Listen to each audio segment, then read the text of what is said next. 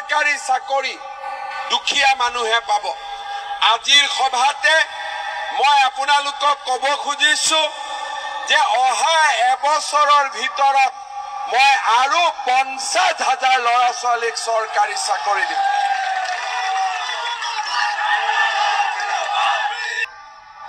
এইবাৰ আমি চাকৰি নোহোৱা ঘৰৰ ল'ৰা ছোৱালীক 10 নম্বৰ পৰীক্ষাত এক্সট্ৰাকৈ দিম, যাতে চাকৰি নোহোৱা ঘৰত ল'ৰা ছোৱালীয়ে চাকৰি পাব পাৰে।